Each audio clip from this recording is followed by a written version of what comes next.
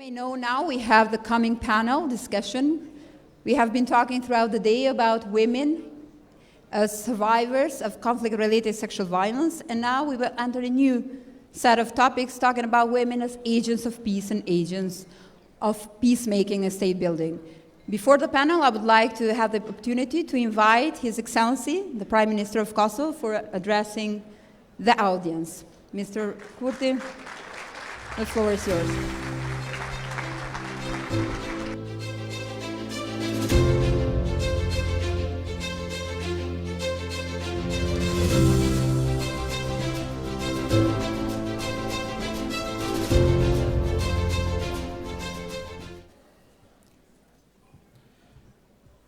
Të nderuara zonja dhe zotri, ladies and gentlemen, dear panelists, Your Excellency Ambassador Hovenier, we were on a panel regarding our successful solar energy auction nearly 10 months ago at this same venue, whereas with Professor Edward, who is just arriving now,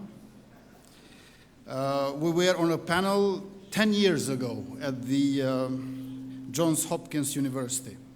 Melisa, Yasmin, and Edita, this may be our first time that we share the panel, but be sure and aware that the government follows what you say publicly on media humbly. I am pleased to be here with all of you at the Women, Peace and Security Forum, and I will continue now my speech in Albanian language. Tri fjalë të rëndësishme na kanë mbledhur sot këtu: gratë, paqja dhe siguria.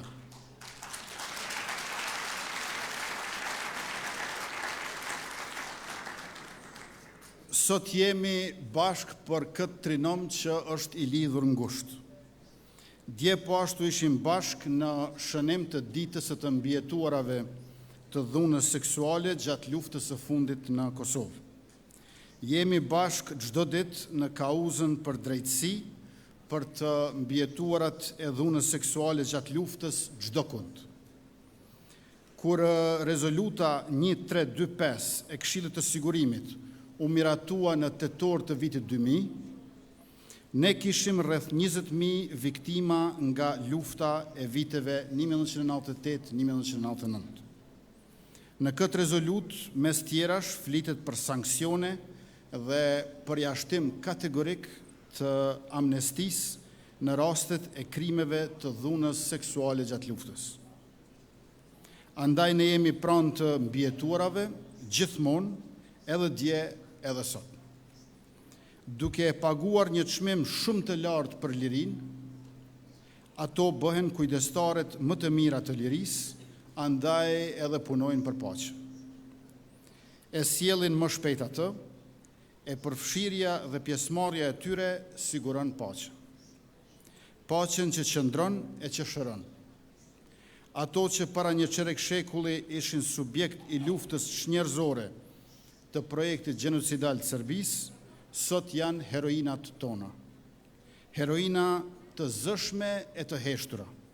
Ndonse mund të mos u ndim emrat, të gjithave u njohim forcën dhe qëndresën. Të nderuara zonja dhe zotri, nuk mund të ecim drejt paqes globale pa reflektuar thellë në atë se çfarë do të thotë të jesh njeri, të reflektojmë mbi humanitetin ton dhe të tejkalojmë rendet shoqërore arkaike që nuk i shërbejnë të mirës së përgjithshme e as të ardhmes së njerëzimit.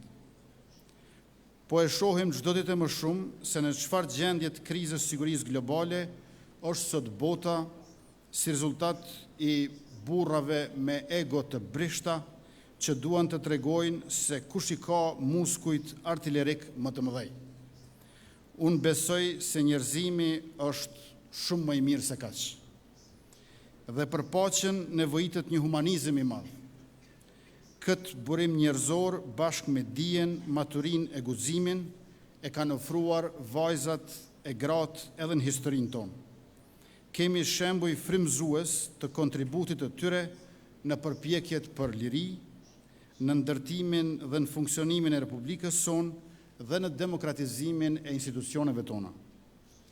Emrat e tyre janë në çdo ngjarje historike, siç janë edhe në vendime të rëndësishme shtetërore. Ato nuk i ofrojnë siguri veç njëra tjetrës, por në përgjithësi qytetarëve të Kosovës, secilës e secilit pa dallim. Sot, me gjithë betejën për drejtësi, me gjithë faktet e njohura të krimeve, si udhëheqës jemi të obliguar të veprojmë jo vetëm prej anës së ndërgjegjes sonë, por edhe obligimit që buron nga dokumente si rezoluta 1325 dhe të tilla si kjo që kanë dalë si kërkesë e vetë grave dhe viktimave. Një prej synimeve është që gratë të mos portretizohen e shihen si viktima. Kosova po e sfidon këtë portretizim me gra në institucionet më të larta shtetërore, me gra në institucionet e sigurisë dhe me të mbijetuarat e dhunës seksuale, të cilët tash janë aktiviste publike dhe sinonim i forcës. Ato e dinë më së miri dhe na japin mësim neve, pjesës tjetër, se siguria është e pa kompromis dhe se paqja është obligim. Paqja nuk mund të arrihet pa gjithë përfshirje. Ne njohim rëndësinë e përfshirjes së grave në dialog. Është domosdoshme që ato të dëgjohen e që pikpamjet e tyre të respektohen. Dialogu ka dy nivele, të punës dhe të angazhimit që bëhet nga ekipi, së bashku me institucionet e Republikës, si dhe atë të pjesëmarrjes në takimet në Bruksel. Në të dyja këto, në ekipet përkatëse, gratë janë të përfshira sipas fushës së ekspertizës. Veprimet tona duhet të flasin më fort se fjalët që themi. Ne po zbatojmë ligje që garantojnë barazinë të drejta, po zbatojmë politika e po ndajmë fonde që garantojnë barazinë mundësi. Gjatë këtij mandati janë zbatuar një sër reformash për avancimin e grave në shoqëri.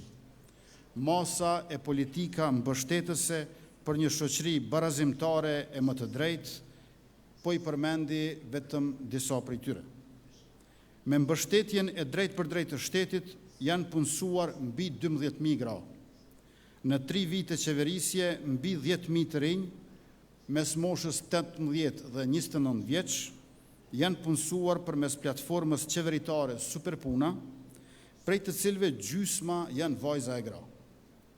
Me masën Qeveria për Familjet, ku kemi subvencionuar pagën e punëtorit, ashtu që të sigurohemi se së paku një antar i familjes është i punësuar, kemi mbi 2.600 familje përfituese, përsëri gjysma e tyre janë gra, krye familjare gra. Në fund vitit kaluar, bashkë me Ministrin e Drejtësisë Albulena Haxhiu dhe me Ministrin e Financave Hekuran Murati, për herë të parë lansuam masën e punësimit për gratë që janë viktimat dhunës. Përmes kësaj mase do të subvencionojmë 70% të pagës së të punësuarave për 6 muaj me radhë. Deri më tani janë 10 aplikuese që pritet të përfitojnë nga kjo masë. Ndërkaq aktualisht është e hapur thirrja për fuqizim ekonomik të grave dhe të vajzave që kanë të zhdukur gjatë luftës si antar të familjeve të tyre. Si rezultat i skemës së shtesave për fëmijë dhe lehona, pra nënat e reja, 90.000 gra për herë të parë kanë hapur llogari bankare në emrin e tyre. Pavarësia ekonomike e grave është hap i rëndësishëm drejt zhvillimit të lirisë individuale dhe paqes sociale. Rreth 3.000 studente, gra e vajza, kanë përfituar bursa në programet e STEM, shkencë, teknologji, inxhinieri, matematik. Në fund të këtij muaji, për herë të dytë, organizojmë konferencën e përveçme STEMinis, qasje dhe mundësi për gjitha vajzat në arsim, sepse arsimimi i tyre është garantues i progresit mbar shoqëror. Të nderuara zonja dhe zotëri, Republika e Kosovës angazhohet për paqe dhe barazi mes kombeve në Ballkan. Ne besojmë se themeli i paqes është drejtësia për viktimat dhe ndëshkimi i kriminalëve. Dialogu i mirë mund të zhvillohet kur palët nuk tremben nga distancimi prej krimeve. Më 27 prill, Kosova e shënon edhe ditën e të zhdukurve me dhunë, në nderim të viktimave të masakrës së Mejës dhe gjithë personave të zhdukur dhunshëm gjatë luftës në Kosovë e që vazhdojnë të jenë pagjetur. Kujtojmë forcën e grave që qëndrojnë në Mejë, në Krush e kudo.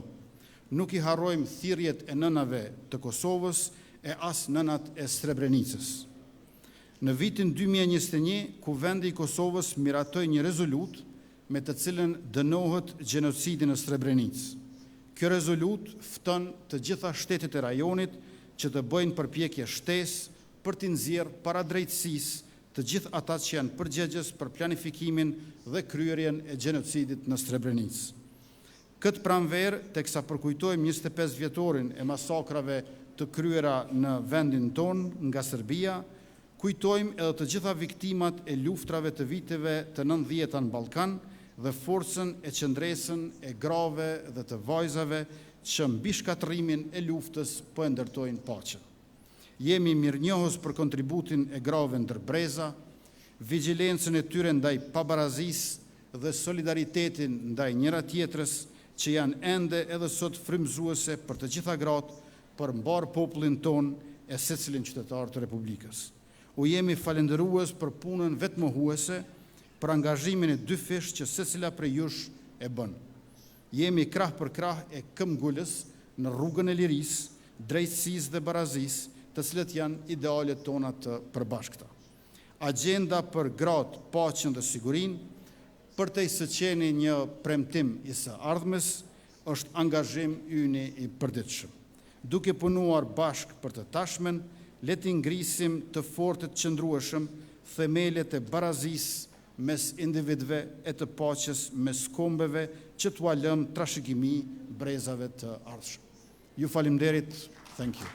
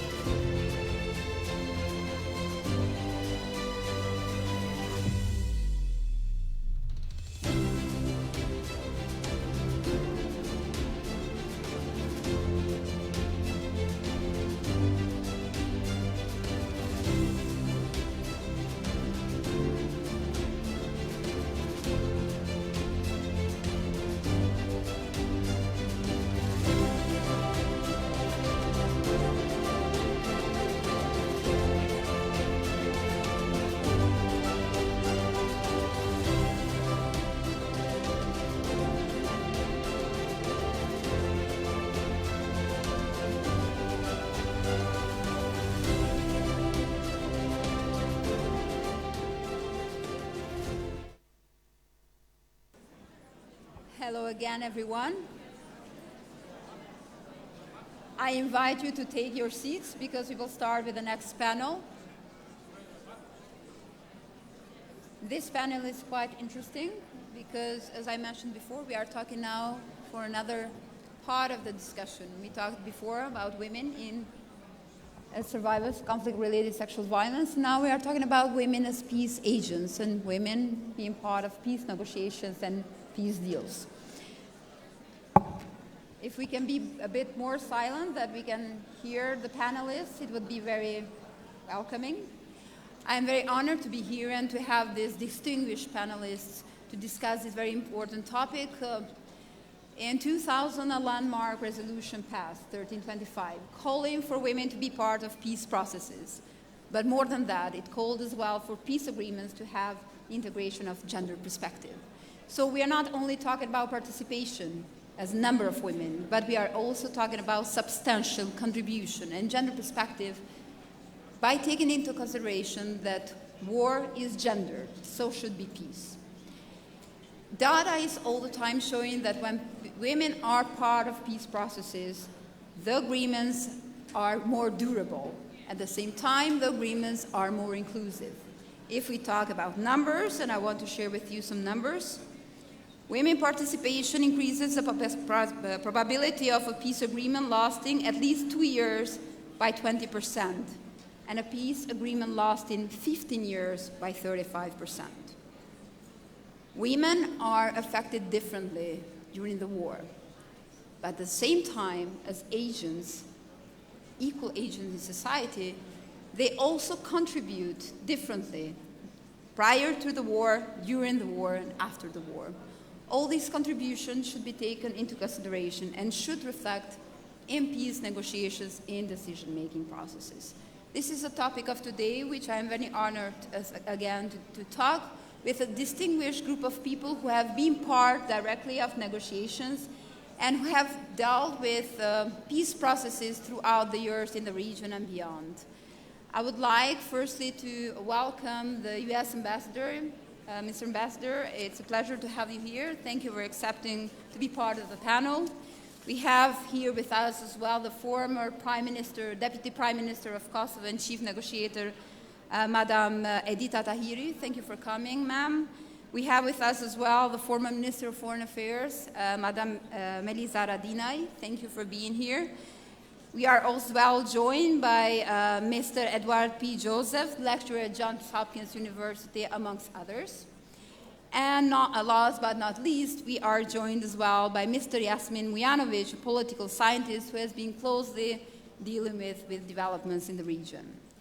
If I may start with some ground rules, I would like you to have your first remarks at around 5 minutes in order for us to have another round of questions of 3 minutes and then to hold the whole conversation in 1 hour. I know that you have a lot to say and the audience a lot to hear from you, so without further ado, I would like to go back to the Mr. Ambassador and go back to your speech in the first edition of Women Forum, Forum on Women, Peace and Security. You did recall a personal experience you had with Madam Secretary Albright and her leadership of how did she directly influence a situation, how she handled it. So put into the forefront the importance of women, but also the boldness and strength of women. So drawing from that and your experience, why do you think, Mr. Ambassador, that it's important to have women in peace processes and peace building? And at the same time, how can U.S. strategies be used in order to have women more being part of these processes, especially in regions where their role is marginalized? Well, you have to thank you very much, and thanks to the organizers of this event, Mr. Prime Minister and others. It's a pleasure to be here. So I almost hesitate to answer or to be the person answering your first question of why is it important to include women in peace negotiation and peace building, and that this room is full of experts who can probably give better answers than I can. But I'm going to do what bold diplomats often do, and that is cite the President of the United States of America. On November 8th, 2023, the United States government adopted a strategy on women, peace, and security. And if you read that strategy, the very first thing is a letter from President Biden. And it's so appropriate that the very first sentence of his letter laying out this strategy is, quote, "My friend and former Secretary of State, Madeleine Albright, once said, quote, societies are more stable if women are politically and economically empowered," end quote. And that is a piece of it. Why does it matter? Because if we don't include women in peace negotiations and in peace building and in these processes, we are, first of all, there's just a fundamental issue of equity. We're excluding 50% or more of the population, but we're also making ourselves less adept, less able, less capable of dealing with the problems that we're trying to address. I'm going to continue quoting President Biden with the boldness that a good diplomat brings. He says later on in his letter, beyond the moral imperative to advance gender equity and equality around the world and beyond clear notions of right and wrong, we know that societies do better when women participate. Economies grow, education rates and health outcomes increase, political instability and extremism decline. When women are fully engaged in building and maintaining security in their countries, we see more sustainable outcomes, including less conflict and longer-lasting peace agreements. Put simply, the status of women and girls and the stability of nations are irrevocably linked. Now, I want to note a couple of things, because I believe that, and I believe that strongly, and I'm so proud to be the personal representative of a president of the United States who would articulate that both so clearly and so well. But I do have to note that in the years since 1325 was adopted, we're now in 2024. The last numbers I have are from 2022. Women represented only 16% of negotiators in active peace processes, led or co-led by the United Nations. No women were included in negotiating teams for conflicts in Ethiopia, Myanmar, Sudan, or Yemen, or in the Balkans. So it's appropriate reminding ourselves, as you did, of the first forum 18 months ago or so. And I don't know how many remember Monica McWilliams' deep, searching, powerful presentation. It was really very, very challenging to speak right after her. But her question is, where are the women? And her discussion of what it meant. I see a lot of pictures, photos from meetings convened under the auspices of the EU, of the UN, and others, and I see a stark lack of gender representation. And here, on this set of issues, with the exception of President Osmani, we got to go pretty far down our list before we get to a woman who's directly or indirectly involved in the Kosovo-Serbia negotiations, either from the facilitators, the supporters, or the parties themselves. Now, that hasn't always been the case, and we're going to hear from Edita about her time, and we're going to hear from Elise about her time, but I think we have talked about the case now, and we have to acknowledge it. This doesn't mean that men aren't qualified. I hope we are, but it does mean that without this representation, without a diversity of experiences, of views, without bringing in the strength of our society and our organizations, we're handicapping ourselves. So there's good practical reasons. There's good, what I would call, issues associated with ethics, associated with why we want to have inclusive processes. So that was the first part of your question. I don't know how much time I have left of my 5 minutes. The second part of what can we do about it, and that is a harder question in some ways. I think we should all agree with what I just said as to why it is desirable. And I think we all agree on that. The question is, how do you put that into practice, and how do you move from a motivation or a understanding of a principle to actually doing the hard work of putting that principle into action? These are political choices, right? So there's the combination of citizens electing people who will say things and mean things and act in ways like President Biden does. There's also the question of our being attentive to this. So the United States cannot make choices for Kosovo or Serbia or other countries in the region. There are times when we kind of wish we might be able to at moments, but that is not how it works, and that isn't how it should work. The people of Kosovo control their own destiny, and we're proud of the role we've played in supporting that happening. But we can give our advice, and we can model. We're not the best examples of this ourselves. I mean, Secretary Blinken has made very clear how much he wants the Department of State to be an enterprise that reflects the diversity of American society. I think Secretary Blinken would be the first person to tell you that that remains a fundamental goal, and that we have fallen short thus far in realizing that goal completely. We've done better, but we are not where we need to be. So I think from an external perspective, we can try to encourage, model, create programs and processes like an MOU we signed earlier today in support of the people of Kosovo to set up a center of excellence in women, peace, and security issues. I think we can draw attention to it, things like this initiative by President Osmani and the people of Kosovo. And I think we just have to acknowledge this is something that requires more attention and requires more of us speaking out. One last point. I was asked why I was going to be on a panel since this was a women's issue at one point by someone. And I was really delighted to say it is not. Of course it's not. It's a human issue. And it's a fundamental issue. I want a successful process of Kosovo-Serbia dialogue resulting ultimately in mutual recognition between two states. That's what needs to happen. And we're not going to get there without bringing our very best teams and negotiating in good faith. I think there also is a place, as some people spoke about earlier today, of men championing these issues as well. And I hope to be one of those champions. I'll leave that there. Thank you.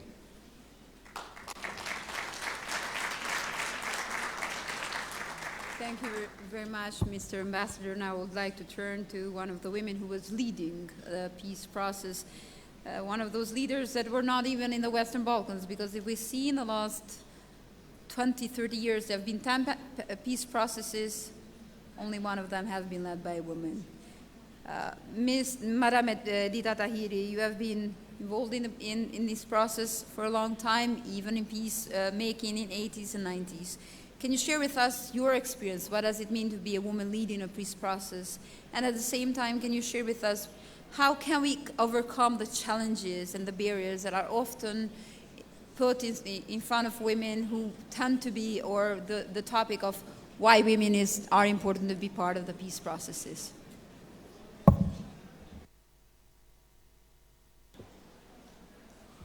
Thank you, Jetta.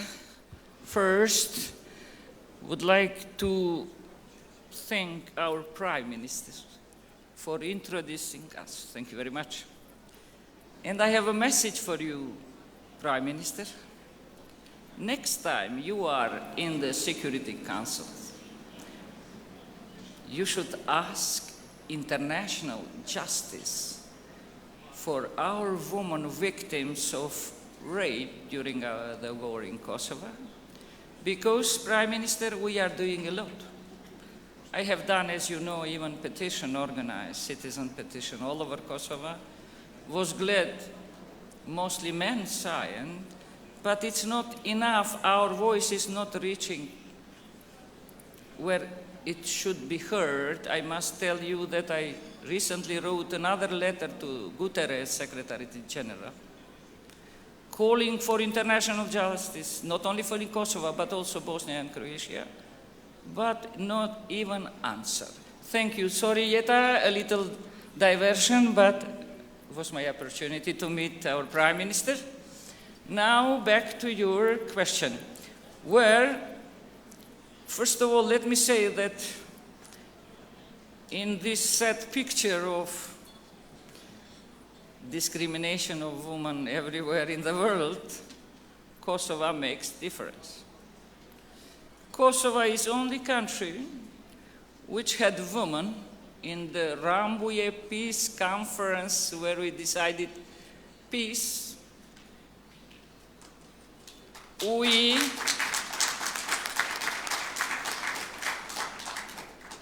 were good negotiated, made our allies, strategic allies, Americans.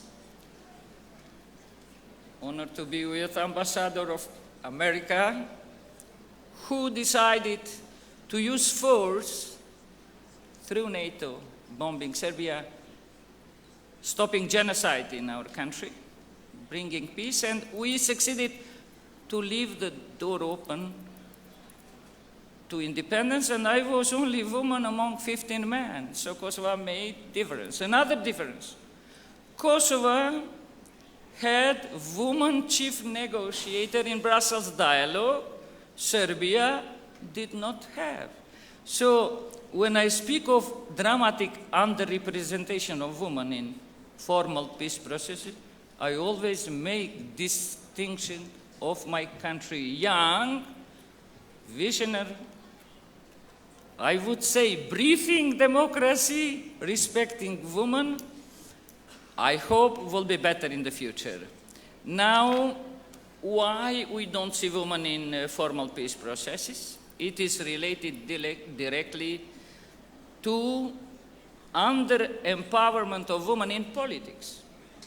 Because to be able to be chosen or nominated to be in the formal peace tables, you women need to have political power. I told you I was in Rambouillet. I was again chief negotiator. Why? Because when my country got occupied, I took a role myself, become one of the founders of the movement for independence and freedom. Didn't wait it somebody to call me to join in that hard times of occupation from Serbia, but I came from the family who was patriotic. My father was in prison in the hard times of Rankovic, for those who knows, for ex-Yugoslavia. Ended up in jail because he stood up to defend the rights of Albanians. So same came to me as a feeling, patriotic feeling, and I became actor immediately. I became in the top leadership of the movement. Hence, I also got the seat in the delegation of Kosovo in Rambouillet. So my message is, and not only here, everywhere I speak, including the panel of UN Women 3 years ago, I said, empowering women in politics, investing in women in politics, we come to the terms of what?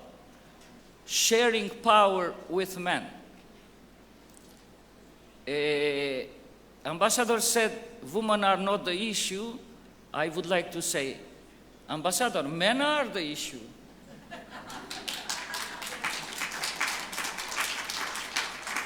Because men are dominating politics, dominating institutions, dominating delegations in Brussels dialogue, not only Kosovo, Serbia too.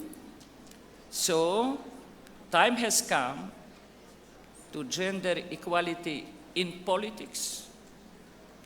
Through that comes the gender equality in the decision making. Hence, we have ensured women in the peacemaking, informal peace processes.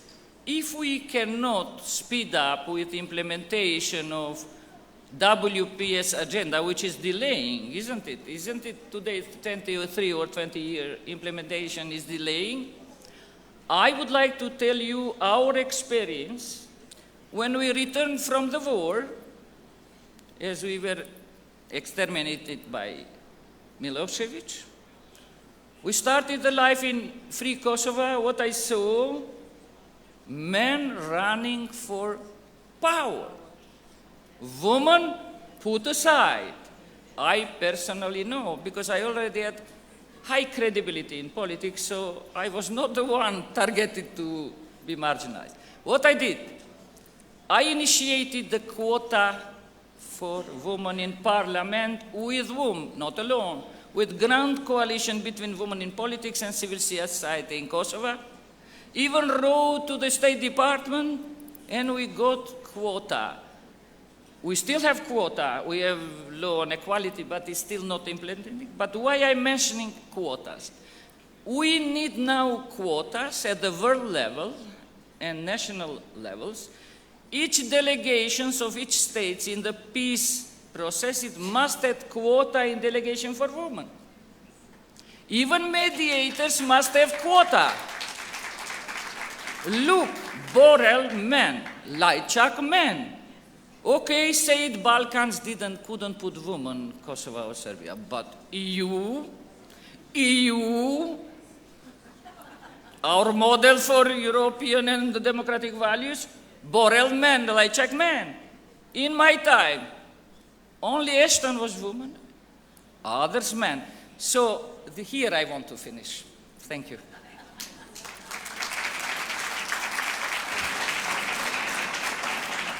Thank you very much, Madam Tahiri. I would like now to go to another woman, to to Madame Elisa Radina, the former Minister of Foreign Affairs of Kosovo. While you were the foreign minister at the same time, there were discussions now under the US and at the same time under EU facilitation in order to reach comprehensive agreement, because at that point we were still talking about comprehensive, legally final agreement. Based on your experience as being the head of the foreign policy, how can we use a diplomatic mission and foreign policy initiatives in order to advance gender equality agendas in conflict resolution efforts, but also in increasing the participation of women in peace processes? Thank you very much, Jeta. I am indeed both honored and it's a pleasure to be here among very distinguished guests and panelists. I also want to applaud Madam President Vjosa Osmani for not only putting Kosovo on the map of the WPS agenda, but also leading with Kosovo at the forefront of the agenda with this forum and with these discussions that we are having here.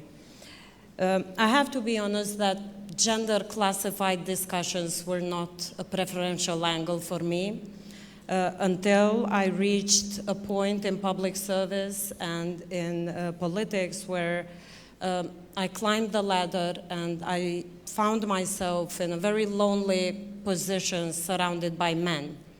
And it was only when I approached the decision-making tables where natural topics reserved for men, such as defense policies, such as foreign policies, such as geopolitics of war, peace and reconciliation, were discussed only by men. So it was only then that I had to rethink my, initial thoughts of, having thought in the beginning that classification on gender and discussing based on gender about policy issues will create division in the first place and will be counterproductive to the equality and to the equity and equal opportunities that we all aim.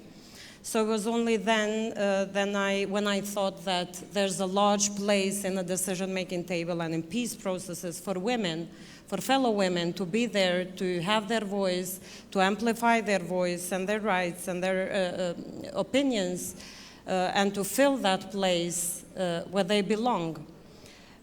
Unfortunately, even when I was a minister for a very short time, and there were comprehensive discussions going on for a final mutual recognition agreement potential between Kosovo and Serbia, the Ministry of Foreign Affairs was not included, and it still isn't, in the dialogue process, despite the fact that dialogue with Serbia and a potential peace agreement between Kosovo and Serbia are the main foreign policy goal of the Republic of Kosovo, and that the absence of peace between Kosovo and Serbia is a main threat to the security situation in Kosovo.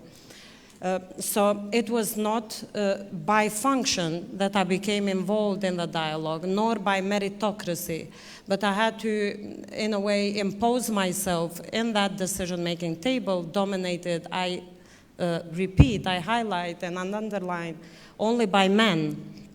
So when I sensed that it was not enough, that my voice was not heard enough in that delegation, I searched and sought different alternative means to have my voice heard. Unfortunately, it was COVID and traveling was not permitted, but I managed with the then Ambassador Kosnet, US Ambassador, to plan and to realize a visit at the United States where I thought it was imperative to say my opinions and my thoughts on what the comprehensive agreement, which was due to happen at the White House at the time, should address. And what happens if what shortcomings happen when those important issues are left out of the negotiating table, are left out of a potential agreement, and are not treated in any way between the two countries that are aiming a potential peace agreement. So I remember meetings with the National Security Council, with close advisors to the then President Trump, with a presidential envoy as well, and also with the EU counterpart, which were not so coordinated at the time. And I wanted to make sure that Serbia should not get away with the illegal campaign of de-recognition of Kosovo. It should not get away by not implementing the first ever agreement that was reached, that was brokered by Madam former Deputy Prime Minister Edita Tahiri, which is the IBM agreement, and that Serbia wants to have this volatile border with Kosovo so that it has an open door to constantly and continuously destabilize the Republic of Kosovo via volatile borders. And also the fact that Kosovo is missing on international recognition, universal recognition, 5 EU non-recognizers. So these are the things that I mentioned that the agreement, the Washington agreement, should address. And in a way, I did my alternative way of influencing the decision-making process when I thought and I sensed that I'm not being heard enough from the national delegation team in Kosovo. So it was very, not comforting, but it was very, I was pleased to see the first draft of the Washington Agreement, which included not the 5 EU non-recognizers, but the Israel recognition. It stopped for a year, though, the illegal de-recognition campaign of Serbia that was running against the sovereign independent Kosovo, and also the fact that Merdore Common Crossing Point, which was part of the IBM agreement, was functionalized for the first time with the Washington Agreement. So in this way, I thought that I gave my indirect contribution to the dialogue. And of course I did, before leaving the US, I forgot to mention, I met Madame Tahiri and consulted her, and always, every step of the way, she was an inexhaustible source of guidance and strength to us and to other women that were involved in the dialogue process. So with the roadmaps and guidelines, or thoughts on how to improve and how to increase, yeah, we will do it in the second round, but I think there is a lot of space for women and a lot of potential and opportunities for women to find their way, not only in the negotiating table, not only at the forefront of where decision-making happens, but also in the background with consulting and with informing the decisions and just communicating and talking honestly about what the voice of the women is in relations to the dialogue and the peace processes. Thank you. Thank you very much. Thank you very much for sharing this very personal journey, and also for offering not only your personal journey, but offering also an example of how sometimes when you don't have a chair on the table, you bring your own chair and you sit in the table. So thank you for that. And now I will go, Mr. Joseph, are you okay with giving? Oh, okay, great. Then I will go to the lecturer of Johns Hopkins University, Mr. P. Joseph. We talked about the research and empirical evidence saying that when we have more women, the agreements are lasting longer and are more comprehensive. I would like to ask you, how do we take these insights to inform policy and practice for all stakeholders which are involved in the process? But at the same time, coming from your experience in different conflicts in the Balkans, I would like to ask from you, how do you consider that the design of a peace process, the very design of how the peace process can determine the role of women, but also the actors, right? Mediators, negotiators, political parties, experts. The floor is yours. Jutta, thank you very much, and I'm looking forward to addressing those questions. I first have to say how wonderful it is not just to be on this panel, but to be on this panel with two fellow SAIS alumni. So Edita Tahiri and Jutta, so really a special occasion. And permit me, please, 3 very brief acknowledgments. First, I have to acknowledge an extraordinary woman, and that is my wife, Eva. who is originally from Osijek, Croatia, and is a wonderful role model to our daughter and our son. So I acknowledge her. Second, I owe special gratitude to even being here today to my friend, the former Defense Minister of Albania, Fatmir Mediu, who remains a leader on NATO issues and on NATO values, which is so important. And finally, I want to thank President Osmani for her extraordinary leadership on globally on women, peace, and security. So, I thank her for this invitation. Now, you mentioned the past. So what I would say here briefly, Jette, is I would have 3 points. One is to delve in to my experience in the region during the wars, talk about the past a little bit, then see where we are in the present, and then finally, I would, looking to the future, I actually have a concrete answer, a suggestion to Ambassador Hovenier's question about how to translate. Okay, all right, very well. So we'll wait on that. But I do have that. So let me speak to the question here, and I think Edita alluded to this, is the absence of women. I have to tell you, in a decade here, from 92 to 2003, actually, in all conflict areas, from Croatia, Bosnia-Herzegovina, here, Kosovo, and then Macedonia, I honestly and sadly have to acknowledge that I do not recall encountering a woman in a significant, let's call it, political role in that period. And of course, we know during that period that women suffered tremendously. But women have agency, and they're not only victims.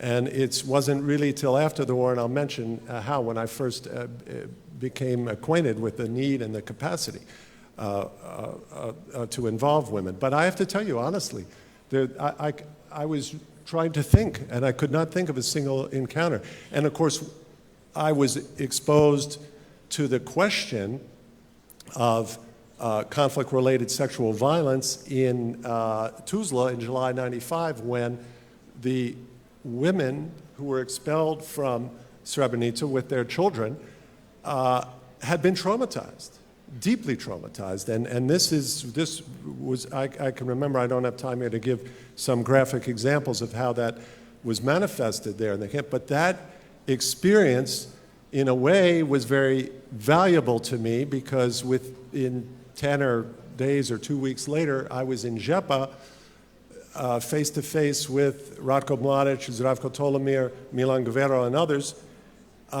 evacuating, coordinating with my colleague, as a UN Civil Affairs officer, this evacuation of Žepa, simultaneously with the genocide in Srebrenica. So that was a primary concern, was how to signal to the Serbs, to this senior Bosnian Serb leadership, that we were aware and we were going to do everything we could to let them know that we were watching, and we in this chaotic, incredibly stressful July scene, we tried to let them know ostentatiously that we were taking every woman's name down, and that we had colleagues where the buses were going to be dropped, that they would be also checking these names. So this was very much on our minds, and of course, after the war, we know that in terms of justice, it's been sadly completely inadequate. I mean, there's been some justice, but I will give you just a quick real-life situation. I was in Brčko just a few years ago and met with some women survivors of conflict-related sexual violence from the war, who told me that the perpetrators of these acts were walking freely in Brčko.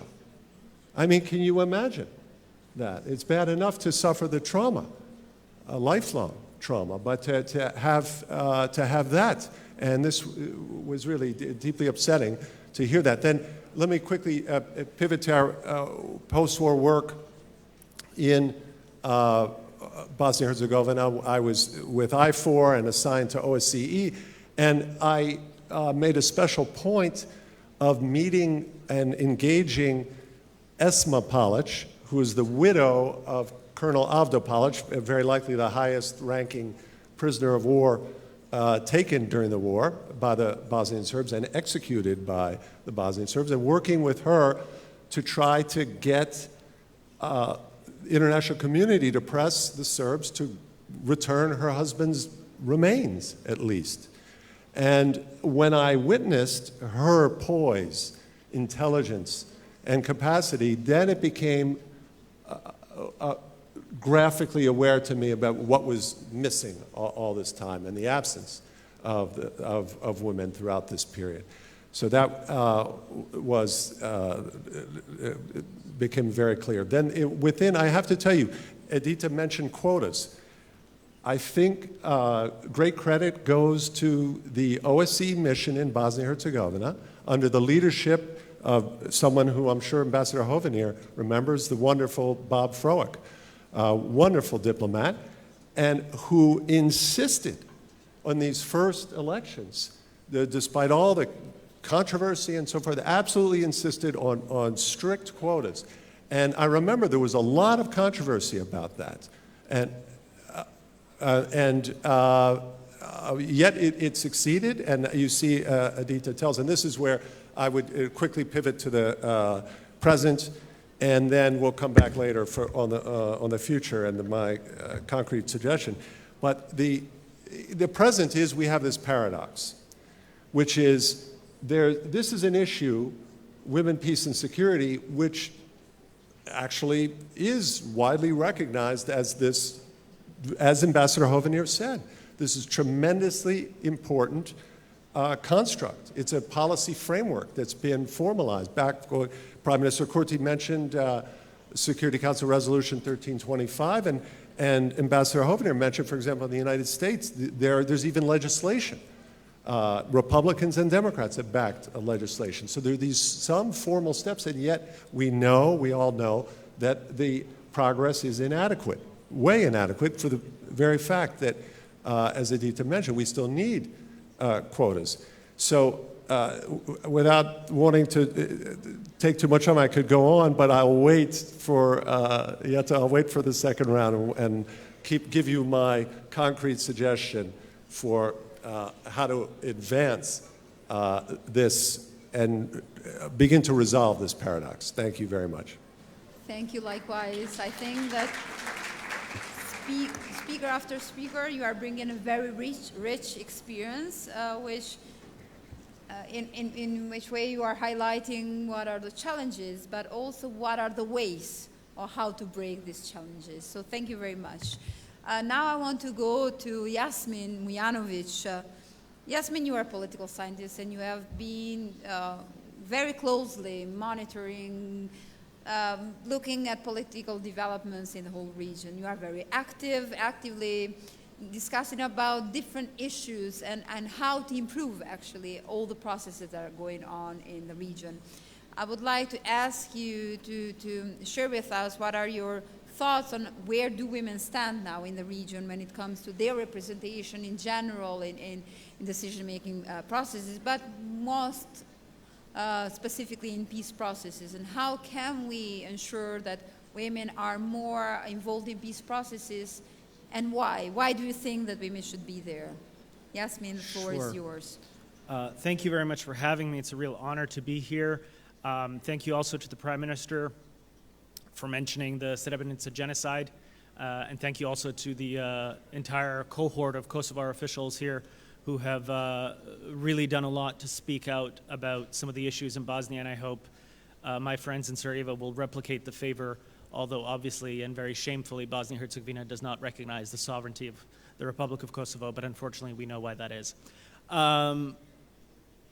It's a very good question that you have, and if you'd asked me this question maybe 3 years ago, I think I probably would have given you a more positive answer than the one that I'm about to give you.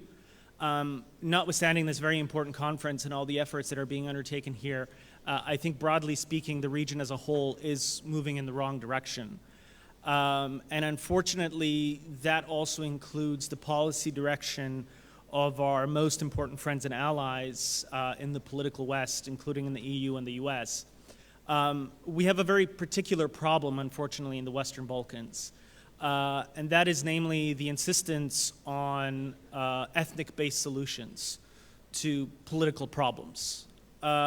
We know, obviously, that sectarian and nationalist leaders want to have relevant political issues resolved through the prisms which they advocate for. So they want national and ethnic and sectarian solutions. But we also know, and I think both folks in the policy community and people in academia know, that these kinds of approaches do not produce good governance, they do not produce representation, they do not produce inclusivity. So we know, generally speaking, that women in virtually all societies, including in the most advanced democracies, still continue to face systematic barriers to participation and inclusion in the political process. That process of inclusion and representation gets even more difficult and pronounced anytime you introduce any kind of additional barriers to participation. And so in the Western Balkans, and I think unfortunately Bosnia and Herzegovina in this regard is probably the most acute example of this. When you create an entire political regime that operates on the basis of sectarian identity or sectarian expression, that means that a whole cohort of people is excluded from the political process. Oftentimes, women and girls first and foremost. There is a reason why Bosnia has the most hardline sectarian regime in the world, and it has some of the lowest rates of women's representation in politics accompanying that, right?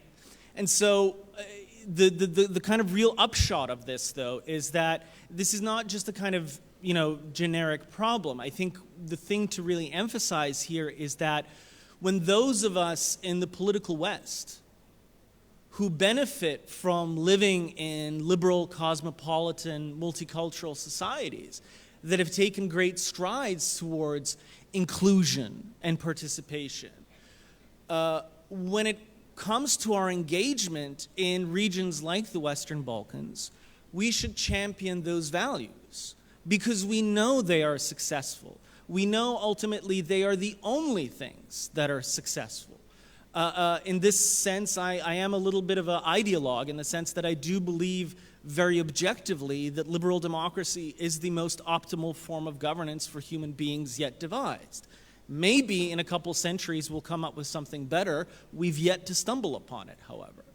So here's the thing. When we then turn to policy, Western policy in places like Kosovo or Bosnia, and the thing that Western officials want to talk about are ethnic-based solutions or ethnic-based paradigms, that means that space is being taken away from more important issues. Issues like the representation and participation of women and girls in politics. Because when we spend time talking about the ASM, or we talk about any number of other sort of sectarian hobgoblin formulations that we have a myriad of in Bosnia and Herzegovina, that is space that is finite. We do not have an infinite spectrum of time to resolve these issues. So every time we choose to speak about something that is not about empowerment, inclusion, and participation, we are losing time. And we can measure that loss of time in the Western Balkans in a very tragic way. We can measure it through the rates of emigration.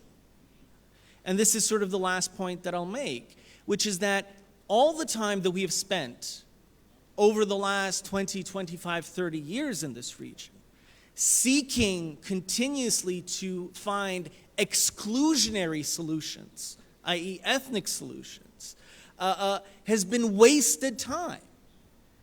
And I can tell you that because any one of us can go to Berlin or we can go to Sydney, or we can go to Stockholm, and we will encounter there hundreds of thousands of young people from Kosovo, from Bosnia, from Serbia, from North Macedonia, etc., because they did not want to wait any longer to see the magical results of exclusionary solutions, because they know it won't work.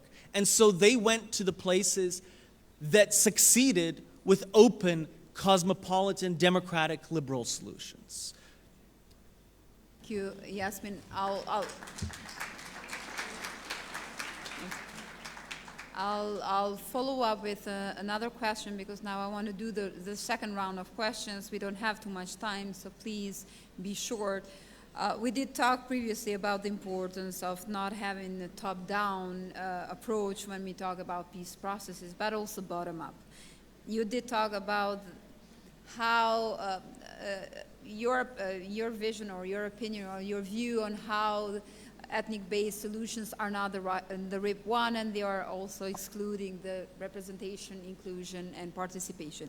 Now, can you shortly, very shortly, talk as well about the importance of having different stakeholders from the bottom, from grassroots, involved into peace processes, and how to ensure that politics and political parties do not become a barrier to having them on board? 2 minutes, Yasmin. So it's very simple. I think and here I'll say something. The danger about us talking through very simple lenses, like for instance ethnicity or even gender, is that we erase the complexity and multiplicity of human beings.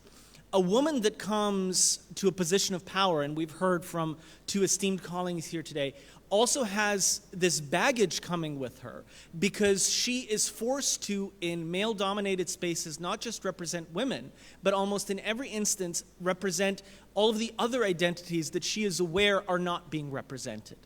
Right? So it's not just about, hey, oh, I'm a woman, so let me speak on behalf of all womankind. It's going to be about the fact that, look, a woman has one experience, but if she's a Romani woman, she's going to have a still different perspective. If she's a Romani woman who happens to be disabled, she's going to have a still third experience. If she's a Romani woman who happens to be disabled and also a gay woman, she's going to have a still fifth experience.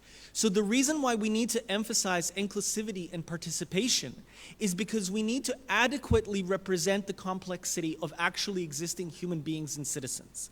And this is why participatory-based solutions, and there are modalities ranging from what's called participatory budgeting to civic assemblies and all the rest of it. They create spaces and opportunities for us to reflect the complexities that exist in these societies. Very simply, in a place like Kosovo, it's not just about Albanians and Serbs. Right? It's not, because that's not the only human beings who live here, and those are also not the only human beings, even if they are Serb or Albanian, that's not their only relevant political identity or social identity. So those are the spaces and opportunities we need to create to hear those voices, because that will also create new solutions that we will never encounter if we close off space. Amen. I see that Edward is like nearly moving from his seat because he wants to take the floor, right? If I'm not, okay. Because I thought, okay. Your 2 minutes about the future, your golden ticket of how we can have more women in the U.S. strategy. I will come to the future in a second. And let me just say that I think participatory models are great. And also, we've seen actually that ethnic-based models have made a major contribution in the region in taking the people of this region away from fighting and killing and conflict-related sexual violence. Let's stay with our theme here on women, peace, and security. And I'll give two examples which are right next door. The Ohrid Agreement, and by that I mean the original Ohrid Agreement, not the unsigned Ohrid Agreement, but the original Ohrid Agreement, which has resolved the conflict between ethnic Albanians and Macedonians, and it's an ethnic-based agreement. There's absolutely no doubt about that. And they have a vibrant democratic scene and a lot of political activity with elections coming up, and we'll see how that will play out next door. Also, the Erdut Agreement, completely ethnic-based, but look at the situation in Croatia today. the only Serb diaspora that is completely integrated into the society, does not listen and bow to the demands of Belgrade. So we should be careful before we make sweeping remarks about that. And we should remember that democracy, the fundamental principle of democracy, what is it? Consent of the governed. So when existing peace agreements, however flawed, are present, we have to reform them, and they demand reform. Definitely, the Dayton Agreement has to be reformed. Deeply flawed agreement, unnecessarily flawed agreement. The pathway to reform, through consent of the governed. Now, and 1 minute now, let me pivot to our topic here, and just quickly mention, just because it came up, that the solution really to the region is the non-recognizers. And it's the 4 NATO non-recognizers, as I've written it with colleagues, including from Kosovo and Serbia, in our SICE report, From Crisis to Convergence. So I encourage you to read that. That is really the key to the entire region. In terms of the future, and answering Ambassador Hovenier's important question, which is how to move from to achievement. The answer is we have to show respect for women who are leaders, who are embodying and modeling the values that we want. And one of those women, in my view, is President Vjosa Osmani. And in my view, the U.S., in addition to all these formal steps it's taken in implementation of UN Resolution 1325, in my view, there's a very quite concrete step that the administration, that President Biden himself could do, which is to invite President Osmani to the White House and have a meeting in the Oval Office and discuss these issues. And as a gesture, President Biden could be showing his respect for a leader on these issues, and they could actually discuss how imperative it is to advance the roles of women, not only in the United States and Kosovo, but globally.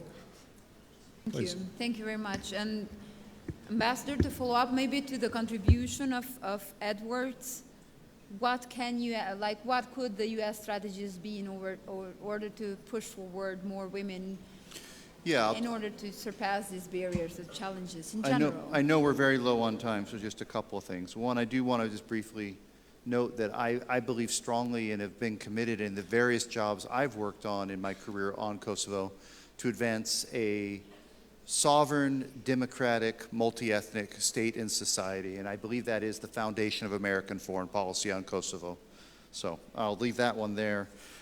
We have a strategy, as I said, and our strategy, which is a national strategy, lays out some lines of effort that are incredibly relevant to the things we can be doing to advance the status of women globally while it is a national strategy. But we talk about participation, both internal to the United States, but we have all kinds of programs to try to seek and support preparation and participation of women and girls in civic and political leadership. USAID and other programs very involved in that. Protection, a lot of our assistance is to protect human rights of women and girls and others around the world. Relief, response, recovery, this is less getting people at the negotiating table, but making sure that the most vulnerable get adequate resources. Last thing I will say, we have 5 lines of effort. I'm going to skip one, but the 5th one is partnerships, and we saw a visible manifestation of that today with the concluding of the MOU to support the Kosovan establishment of the Center of Excellence on Women, Peace, and Security. I think it is actions like that. I think there is no one big bang. I think it is changing attitudes. I think it is helping ensure that capable men and women, but with a big focus on women given their underrepresentation, do not face impediments or barriers to opportunity, and being champions for them, for those of us who are in the IN Club, and making the club bigger and broader and more expansive is the answer. But it is a long-term process. I mean, again, I don't want to suggest, therefore, everybody be patient and don't demand any change. Please demand change now, but acknowledge that this is going to take some time. It is a process.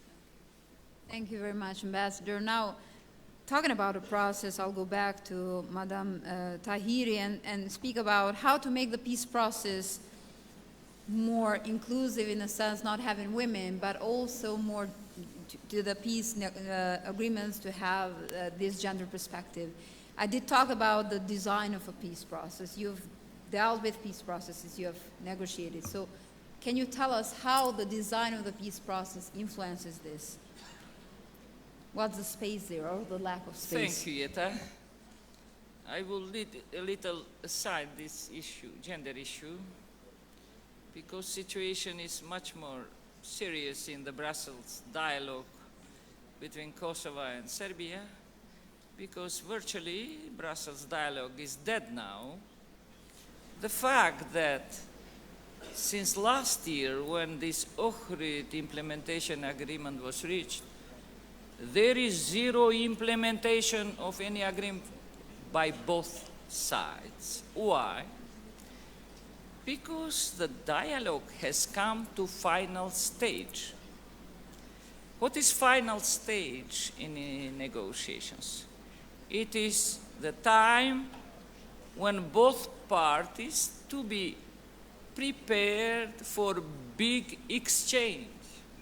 And we have come to that position, but there is no move neither from Kosovo side nor from Serbian side.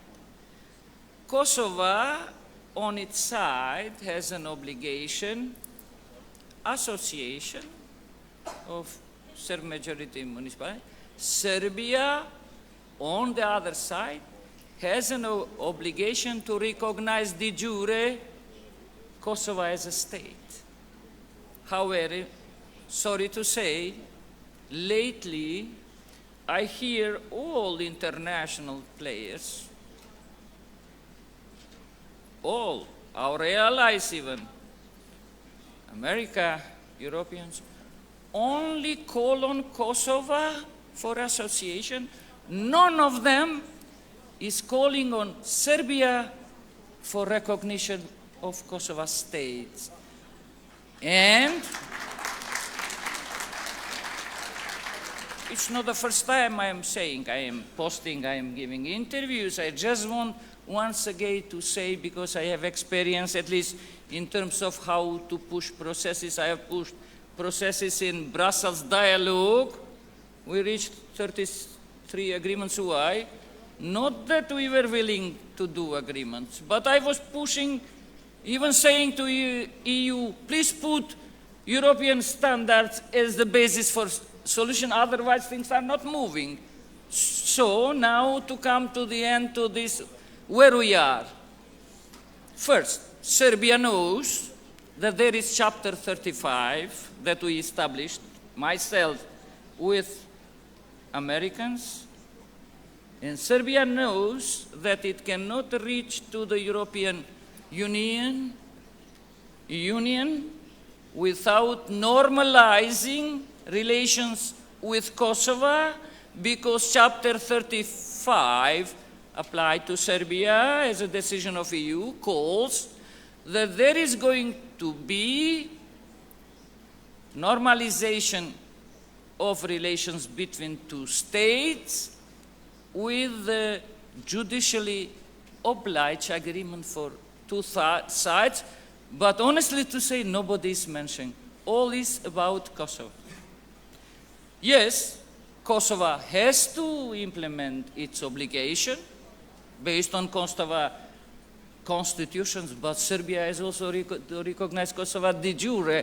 Otherwise, yet this Brussels dialogue, as it is 10 years, might be another 10 and 20 years, unfortunately, because Brussels is quite a slow motion mediator. If there was no United States in Rambouillet, we would not have what we have today alive. We would be all killed with Milosevic genocide. And I am saying several times, it's time on EU, to be fair, to say, yes, UN Assembly asked EU to facilitate the dialogue, should say, please US, take the seat of mediator and become the mediator. We become your supporters, because after all these new challenges we are having, especially the events between Iran and Israel. Things are going beyond even best experts are imagining. So I would say at least Balkans to fix this issue, and this is the big exchange. Yeta, sorry, didn't speak about women issues. Thank you very much. I'm just going to briefly say that while I acknowledge and appreciate that, this administration is not prepared to take the place of the European Union as the lead facilitators of the dialogue.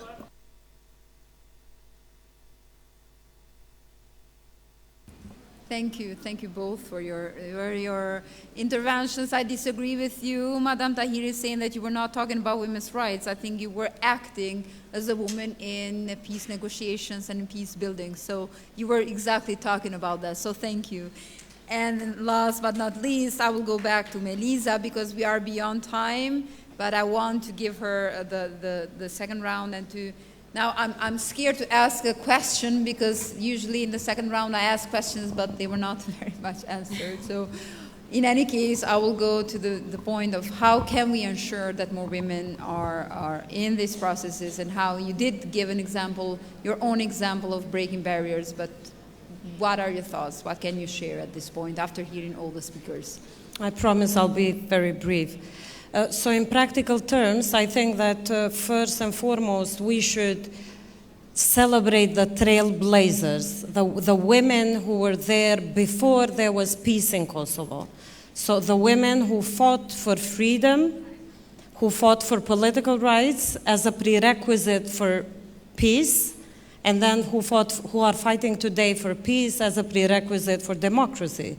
So Kosovo's modern history goes back to a lot far than the 21st century. So in the 90s, we, for example, had Ulfete Humoli, who was killed as a 17-year-old kid, if I may, teenager, while protesting for political rights. We have Madame Dr. Flora Brovina here in the audience as well. Also as a political activist, a humanitarian activist who was held hostage as a prisoner of war and held in prison in Serbia for 2 years, and she was released only after international pressure after the war. We also have Madame Edita Tahiri, not least, and also Madame Ativete Yahyaga, and now President Osmani, who is the most voted politician in Kosovo. So quotas have become, if I may, useless now because the Kosovo society, in cooperation with the international community, were able to build the confidence and to see that women in politics and women in peace processes are the ones who bring results, are the ones who broker agreements, and are the ones who implement as well those agreements, and not leave them only on paper. And the second thing, if I may, is also the necessity to apply gender quotas in Kosovo's foreign service. And I use this podium, now we don't have the Prime Minister here nor the President, but I'm sure they will hear this plea from this podium here to the plea to apply gender quotas to Kosovo's foreign service and to take all the legal means to implement the gender quotas to Kosovo's diplomatic service as well. Thank you. Now, I don't know, add 2 minutes really, because I see Dora. Yes, sure. I agree fully with Melisa, what she just said. And as a sort of political topic emerged here, and Edita's expert remarks about the association, just to quickly say what's different about the association, and again, in and of itself, giving some special rights to a group, in and of itself, depending on how the design is, and that's critical, is not a bad thing. But what's different about the association from elsewhere in the region, for example, in Croatia, I mentioned the Erdut Agreement, and the Joint Council of Serb majority municipalities in Croatia, the difference, what was the difference? In that case, the Croatian Serbs relinquished any bid that they would have to Eastern Slavonia to somehow secede, and it was similar with Belgrade, even though there wasn't formal recognition at that time. But this was, and without that, that's the basic trade of autonomy, is a vulnerable group, a vulnerable minority gets autonomy, a form of autonomy, a carefully structured, from the central government in exchange for relinquishing any possibility of any type of territorial secession or otherwise obstruction of the kind we see with Republika Srpska and Milorad Dodik every day. So, and I know Ambassador Hovenier and the Biden administration are very aware of that concern, but that's what's different about this case. Kosovo makes this deal. Kosovo does not have the all-important pathway to NATO, which is all-important not just for Kosovo, but for Serbia and the entire region. Thank you. Thank you. Thank you very much to all the speakers. Please join me in a round of applause, and we will leave the floor for the next panel. Thank you very much.